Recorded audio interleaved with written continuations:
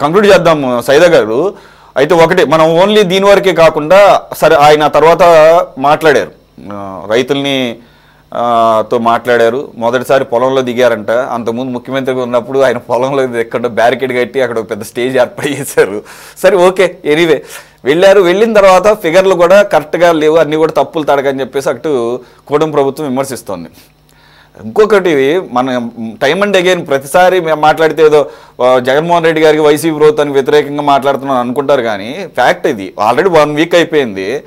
సహాయ పునరావాస కార్యక్రమాలు బాగా చేశారని కూటమి ప్రభుత్వానికి కామన్ మ్యాన్ కొంత ఇదే. ఎందుకంటే జరగాల్సిన నష్టం ఎలాగూ దాన్ని ఆపలేరు, నష్టాన్ని సాధ్యమైనంత వరకు తగ్గించాలి. ముఖ్యంగా ప్రాణ నష్టము, పశువులు చనిపోవడాన్ని తగ్గించాలి అనేది కొంత సఫలీకృతం అయ్యారని చెప్పేసి అంచనా. అయితే ఎన్యూమరేషన్ కూడా 24 to 48 అవర్స్లోనే స్టేట్ గవర్నమెంట్ కంప్లీట్ చేసింది. 5,000 ఆడ్ 5,000 కోట్ల పైచిలకు నష్టాన్ని కేంద్ర ప్రభుత్వానికి ఒక నివేదిక పంపించింది.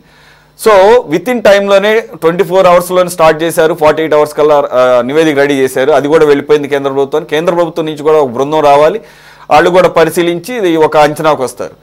మరి ఆ రకంగా చూసినా కానీ ఇక్కడ ఆయన చెప్పినటువంటి ఫిగర్లు ఎక్కడా కూడా వాస్తవానికి దగ్గరగా లేవని చెప్పేసి విమర్శలు వినపడుతున్నాయి. సార్ సురేష్ గారు, జగన్మోహన్ రెడ్డి గారు ఈరోజు రైతుల పరామర్శ పేరుతో ఆయన నిర్వహించినటువంటి బల ప్రదర్శన నిజంగా ఈ రాష్ట్ర ప్రజల్ని ఆశ్చర్యానికి గుర్తిస్తుంది.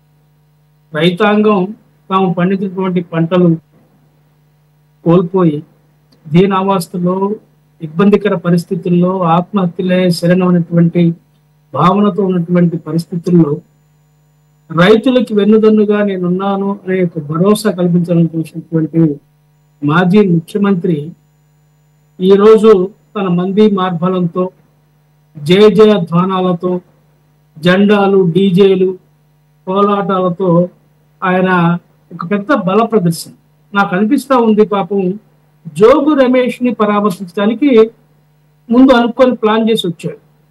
జోగి రమేష్ ని తీసుకెళ్లి నెల్లూరు జైల్లో పెట్టారు. ఇంకా అది ఎట్టా లేదు కాబట్టి ఇటు మరల్చినట్టుగా మాకు అనిపిస్తా ఉంది. అది ఒక కోణం. నెక్స్ట్ ఇంకోటి వచ్చి మన షర్మిలమ్మ గారు, మా పార్టీ నాయకురాలు షర్మిలమ్మ గారు పెడన నియోజకవర్గంలో మరి రైతాంగాన్ని, పంటలు దెబ్బతిన్న ప్రాంతాన్ని ఆమె స్వయంగా పరిశీలించి, మేమే హంగు ఆర్భాటాలు చేయాల, అక్కడ ఉన్నటువంటి రైతులతోటే మాట్లాడి అక్కడ ఉన్నటువంటి కష్ట నష్టాలను తెలుసుకోవడం జరిగింది. మా కిసాన్ సెల్ అధ్యక్షుడు ప్రభాకర్ రావు గారు, అక్కడ సొంటి నాగరాజు గారు, అలాగే జేడీసీలం గారు, కొంతమంది ముఖ్య నాయకులే, ఒక 4-5 నాయకులు అక్కడ ఉన్నటువంటి ప్రాంత రైతులతో పరామర్శించిన విషయం మీకు తెలుసు. షర్మిలమ్మ గారు వచ్చిపోయారు కాబట్టి నేను కూడా పోవాలా, మనం ఏడాదికి పడిపోతున్నట్టుగా ఆయన వచ్చినట్టుగా నాకు అనిపిస్తాం.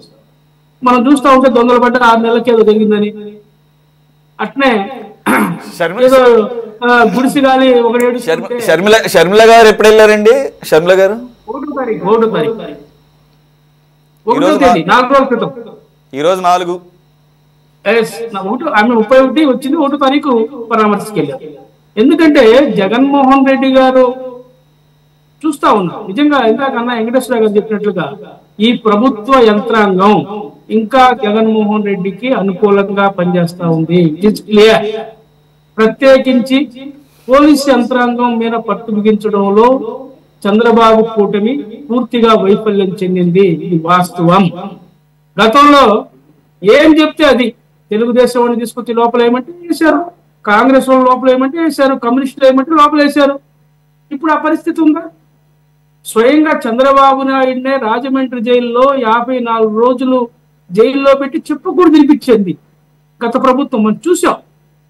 కానీ ఇప్పటికి కూడా ఆ ప్రభుత్వం ఇంకా మేనమేషాలు లెక్కేస్తాం. ఎందుకు జరుగుతా ఉంది? ఈరోజు చూస్తా ఉన్నాం రాజకీయ పార్టీలు నిర్వహించినటువంటి సభలకి మనం చూసాం. తమిళనాడులో మొన్న 20 మంది చనిపోయారు కదా. ఇవన్నీ మనం చూస్తా ఉన్నాం. మరి ఎట్టేస్తుంది ప్రభుత్వ అనుమతి? రైతుల పరామర్శకి ఎంతమంది వెళ్ళాలా? జిల్లాలు కార్యకర్తల్ని తరలించి, నేను చూసా ఇందాక ఒక విజువల్ చూసా, పేరుని నాని పరిగెత్తుతా ఉన్నాడు కాన్వాయ్ ఇంకెత్త పాండి అని. ఈ విధంగా మరి ఇంత నిస్సిగ్గుగా పరామర్శల పేరుతోటి, రైతులకు భరోసా కల్పిస్తా ఉన్న పేరుతోటి ఈ హంగామా ఆర్భాటం చూస్తూ ఉంటే ఇది ఏమనుకోవాలో అర్థం కానటువంటి పరిస్థితి.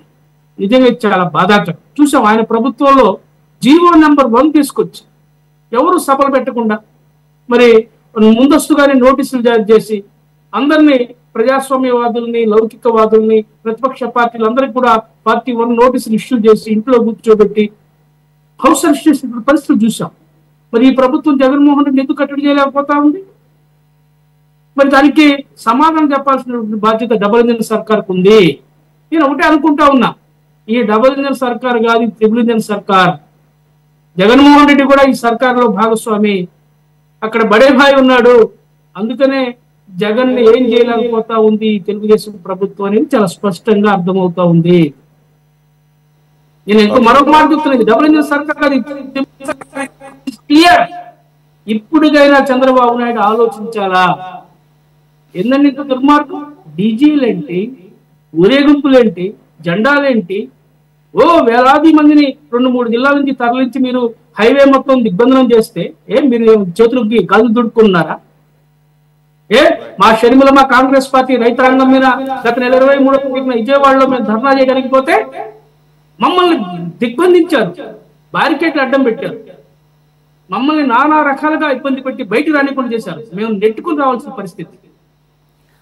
మీరు అన్నట్లు ఇదే ట్రిపుల్ ఇంజిన్ సర్కార్ లాగానే ఉంది.